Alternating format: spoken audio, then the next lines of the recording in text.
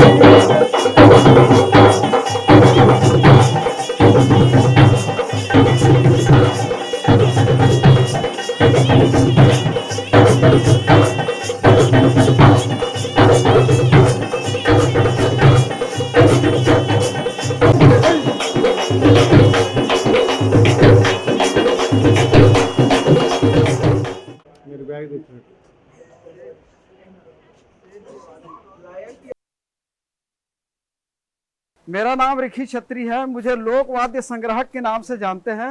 छत्तीसगढ़ से आया हूँ, भिलाई से। मैं विगत 45 वर्षों से पारंपरिक ट्रेडिशनल वाद्य यंत्रों का खोज कर रहा हूँ। अभी तक पूरे छत्तीसगढ़ में से मैंने 200 प्रकार के वाद्य यंत्र खोज निकाला। उसमें पशु पक्षियों की आवाज़, चिड़ियों की आवाज़, जंगली जानवरों की आवाज़, तरह तरह की आवाज़ निकाले हमारे पूर्वजों ने। उन सब को मैंने खोज निकाला है। सब हिस्टोरिकल है। प्रारंभ में जब वाद्य यंत्र बने तो कोई संगीत के लिए नहीं बने, लोगों को आवश्यकता पड़ती गई कोई आवाज़ देने के लिए। उस समय जंगली जानवरों को खाते थे, शिकार करने के लिए वाद्य बने, शिकार से बचने के लिए वाद्य यंत्र बने, बाड़ी की रखवाली करने के लिए। सबको मैंने अभी डिस्प्ले करके दिखाऊंगा। तो तरह तरह के हमारे पूर्वजों ने आवाज़ निकाला। सर्वप्रथम मैं आपको शेर की आवाज़ निकाल के दिखाता हूँ।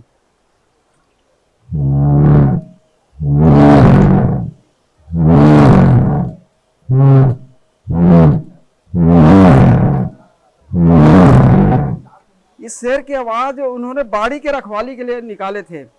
आज से 400-500 साल पहले की बात है, जब घने जंगल थे तो बाढ़ में, नदी में जब बाढ़ कम हो जाती थी, वहाँ सब्जी और फल उगाते थे। आज भी उगाते हैं लेकिन बहुत कम मात्रा में। 400-500 साल पहले की बात है, जब किसान फल उगाते थे और जब तैयार हो जाता था तो नदी से संध्या के बेला में घर चले जाते थे। तो बताते हैं कि जब फल तैयार हो जाती थी तो जंगली जानवर, जो बंदर, भालू, हिरन जो है शाकाहारी, उन लोग उस फल को नष्ट कर खा जाते थे। किसान परेशान हो गए, कैसे हमारा जीवन यापन चलेगा, और जंगली जानवर को तो मार सकते नहीं। तो किसी ने इस बाजा का निर्माण किया। घुमरा नाम है इस बाजे का नाम। और जैसे संध्या होती थी, उस गुमटी में जाकर नदी किनारे इसको बजाते थे, शेर की आवाज़ निकालते थे। तो जो छोटे जानवर जो हैं, बंदर, भालू, हिरन, वो ये समझते थे कि वहाँ पर शेर है। इस तरह अपने बाड़ी की रखवाली करने के लिए इस वाद्य यंत्र को बनाए और अपने बाड़ी की रखवाली किए, अपने आप को बचा।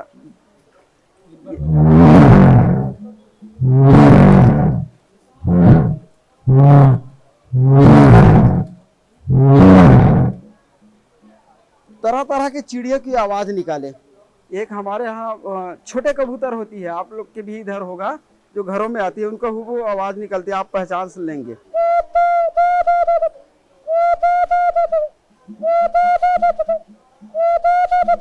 पड़की बोलते हैं हमारे यहाँ छत्तीसगढ़ में। तो उसका आवाज़ निकाल के उनका शिकार होता था। एक सलहई चिड़िया होती है,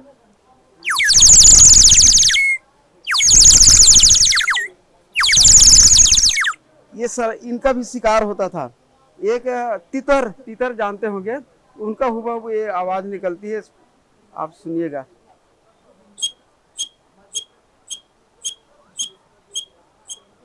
ये तितुर का चिड़िया निकालकर विधिवत इनका एक प्रोसेस होता है, वैसे शिकार करते थे। मेढक का भी आवाज़ निकाले।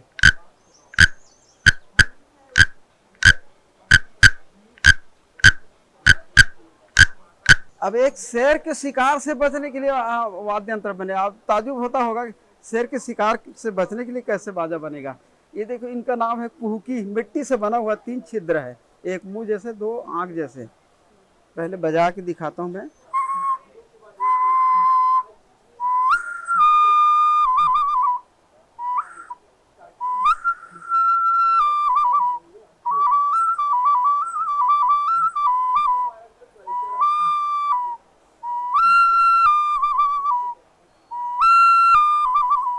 इनका स्टोरी है, बताओ क्या स्टोरी। ये भी 300-400 साल पहले की बात है, जब घने जंगल थे, लोग जंगलों के ऊपर निर्भर थे। उस समय फसल उत्पादन नहीं होती थी। जंगलों में सुबह के बेला में झुंड के झुंड गांव के गांव निकल जाते थे। कंद मूल, फल, लकड़ी, ये सब अपने जीवन के लिए। तो स्वाभाविक है, जब झुंड में जाते हैं तो किसी को लकड़ी पसंद आ गया, किसी को फल पसंद आ गया, किसी को फूल पसंद आ गया, तो बिखर जाते थे। तो ये कह के गए रहते थे कि जब संध्या बेला होगी तो कोई आवाज़ देंगे। हमारे यहाँ कुहुकी बोलते हैं, कुहुकी मतलब आवाज़ देना, ऐसे करके बुलाते थे। तो संध्या बेला जब अपना अपना काम कर लिए, फल तैयार कर लिए दिन भर के लिए, तो वापसी के समय में आवाज़ देते थे, हू करके एक जगह इकट्ठा होते थे। तो बताते हैं शेर आदमी का आवाज़ निकाल लेता था और उनका भक्षण खींचा चले जाते थे और भक्षण हो जाता था। आप सबके मन में होगा कि शेर आदमी का आवाज़ कैसे निकालेगा। तो हमारे यहाँ एक कहावत है, मुआ बोलते हैं। मुआ मतलब आकर्षण शक्ति। जिनकी पहले भक्षण हुई रहती थी, जिनकी अकाल मौत हुई रहती थी, शेर जिनको खा जा रहता था, उनकी आत्मा जो है शेर के ऊपर सवार रहती थी, बोलते हैं। जब घने जंगल में, बियाबान सुनसान जंगल में आदमी का आवाज़ जब सुनता था शेर, तो वो आत्मा जो है वो शेर के मुंह से निकालता था।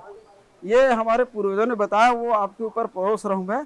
और इसी तरह खींचे चले जाता, उनका भक्षण हो जाता था।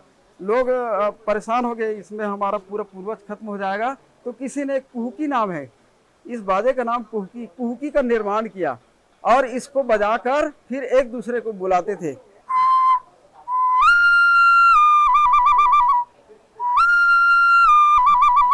तो ये आत्मा जो है, ये सरसराहट और कोयल, चिड़िया की आवाज़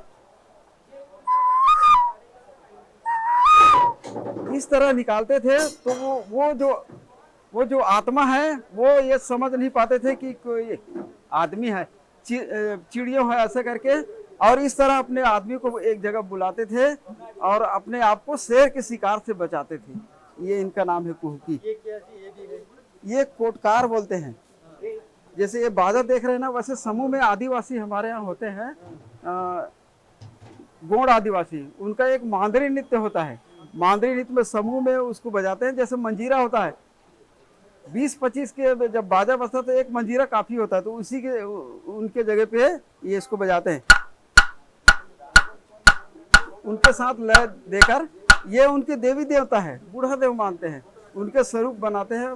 बहुत पूजते हैं आदिवासी लोग। ये झरने की आवाज निकलती है इससे।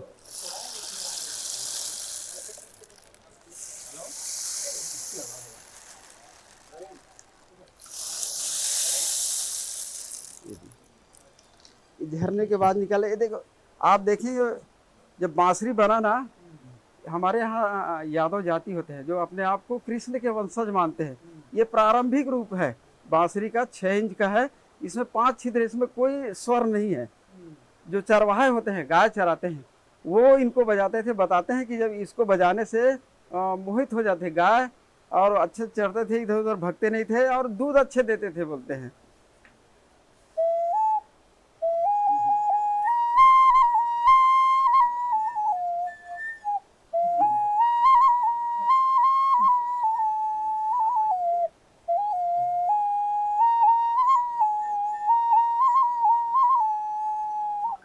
ऐसे जो पारंपरिक जो धुनें हैं उनको बजाते थे। इसमें फिल्मी गाना वगैरह नहीं बजते। तो अब तो उनके जगह पे चरवाहे, अब मोबाइल आ गया, ये पूरे विलुप्त हो चुके हैं। ये हमारे पारंपरिक इंस्ट्रूमेंट है। एक गतका बोलते हैं हमारे यहाँ इसको। आज ये भी बजना बंद हो चुका है।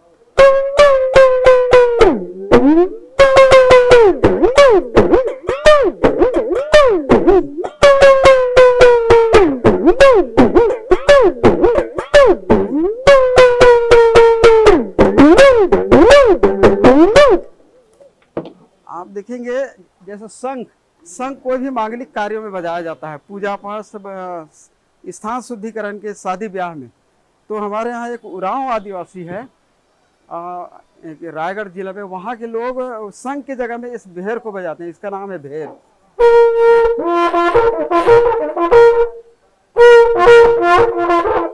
जाति और जगह के नाम से वाद्य यंत्र भी मतलब चेंज होते गए। हमारे यहाँ एक बैगा आदिवासी होती है, बैगा आदिवासी, उनका एक बैगा कर्मा होता है, इसका नाम है चटकोला। इस समूह में बसता है।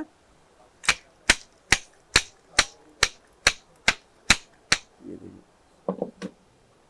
इसका नाम है ठड़का। आप देखें गाय और बैल के गले में इसको लगा कर रखते हैं, ऐसा एक डंडा तो वो क्यों लगाते हैं कि कुछ गाय शैतान होते हैं, जंगलों में या कहीं चरने जाते हैं तो भाग जाते हैं इधर उधर, तो उसको पता करने के लिए इसको गले में डालते हैं कि अमुक जगह में है, और उसको खोज लेता है। उसी तरह जब संगीत हमारे यहाँ जब प्रारंभ हुई तो उसमें कोई लिपिबद्ध नहीं था, अपने अपने ढंग से गाते बजाते थे, कहीं पर भी उठा लेते थे। तो उसी प्रोसेस पे जिस तरह गाय को पकड़ने के लिए इसको उसको घंटी लगाते थे, तो उसी तरह एक लय में पूरा होने के लिए संगीत को पहले, फिर किसी ने इसको ये किया कि इसको पहले बजाना चालू किया। कोई भी एक नृत्य हो रहा है या गीत हो रहा है, फिर दूसरा बाजा, फिर तीसरा बाजा, इस तरह एक संगीत को एक लय में पिरोने के लिए इसका उपयोग किया। ये इसको कहते हैं मांदर। हमारे यहाँ मांदर को वाद्यों का राजा कहा जाता है। बताते हैं कि हमारे पूर्वज ये इनका जो आविष्कार हुआ बादल के गरजने से हुआ।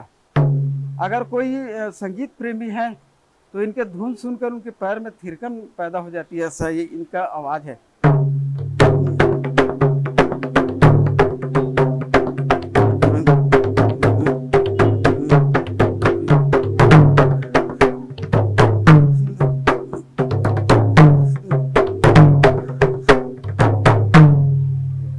फूंकने का आवाज दिखाता हूँ आपको।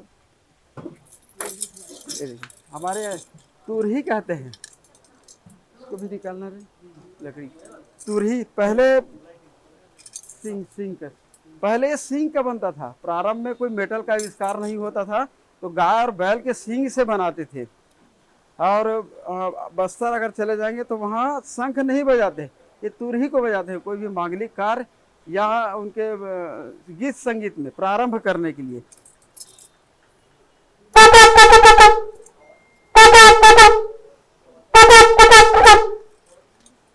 ये बाद में जब मेटल आया तभी हुआ, पहले ओरिजिनल ये सिंग से बजाते थे।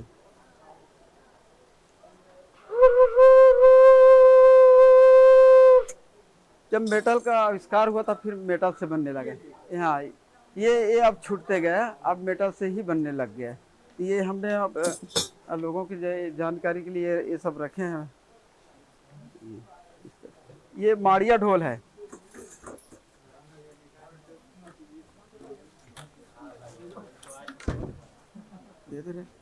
घाटा हमारे बस्तर में एक माड़िया आदिवासी होता है, वो उनके जो ये सबसे बड़ा ये ढोल कहला जाता है कि एक बड़े मतलब पेड़ का अकेला तने से बनता है ये। और इसको वहाँ के जो पुरुष है वो इनको लेके चलते हैं। सिर पे ना वहाँ जो जंगली भैंसा होता है उनको शिकार करके उनका मुकुट बना के अभी रखा हुआ है मेरे पास, उनको लगा के और इस बाजा को लेके निकलते हैं। तो बताते हैं जब तक वो जंगली भैंसा को नहीं मारेगा, उनका ये पहले के जो बता रहा हूँ, और जब तक मुकुट नहीं बनाएगा और इसको नहीं बजाएगा तब तो उनका विवाह नहीं होता था बोलते हैं। उनके साथ देने के लिए महिलाएं एक टूट बाजा लेकर निकलती थी। तो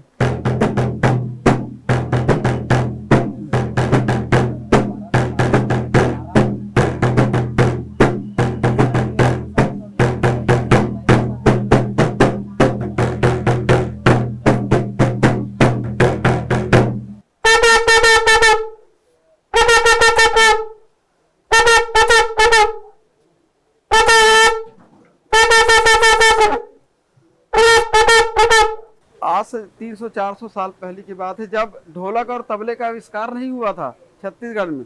उस समय ये खंजरी है, लकड़ी से बना हुआ है, चमड़े से मढ़ा गया है। ये प्रत्येक व्यक्ति जो है वो अपने लिए स्वयं बना लेता था। जब दिन भर का खेत में काम करते थे तो संध्या के बेले में उस समय भी मनोरंजन करना था, तो लोग गांव के बीच में निकल लेते थे, सब अपना अपना लेके, और ब्रह्मानंद कबीर की भजन गाते थे और इसको बजाते थे।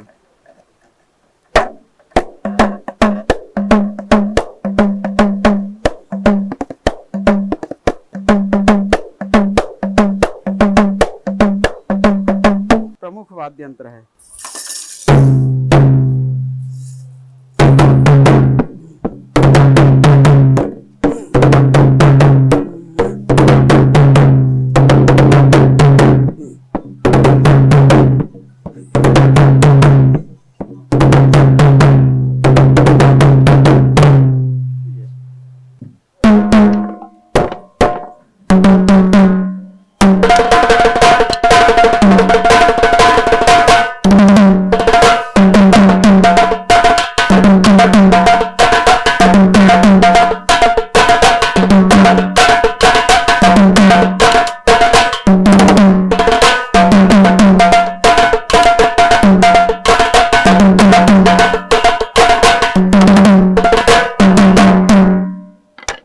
हमारे यहाँ जो होली होता है उस समय इसको बजाते हैं और रंग गुलाल खेलते हैं, गीत गाते हैं, फाग गीत गाते हैं इस तरह। और भंडार,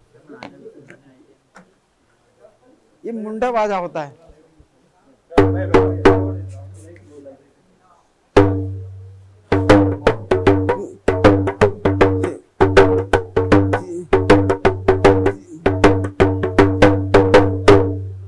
बस्तर में एक बघेल परिवार होता है, मुंडा आदिवासी, उनका एक बाजा, उनके जाति के नाम से इस बाजा का आविष्कार हुआ है।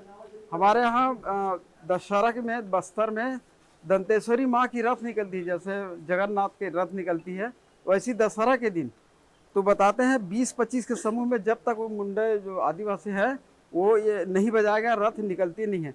तो बताते हैं एक बार वहाँ के जो भंजदेव राजा है वो बोलते हैं कि इनको क्यों खर्चा करेंगे, 15 दिन पहले बुलाना पड़ता था, ऐसे बैंड बाजा लगाओ और निकालो इनको। तो बताते हैं कि हजारों के हजारों खींच ले, लेकिन माता की रथ टस से मस नहीं हुआ।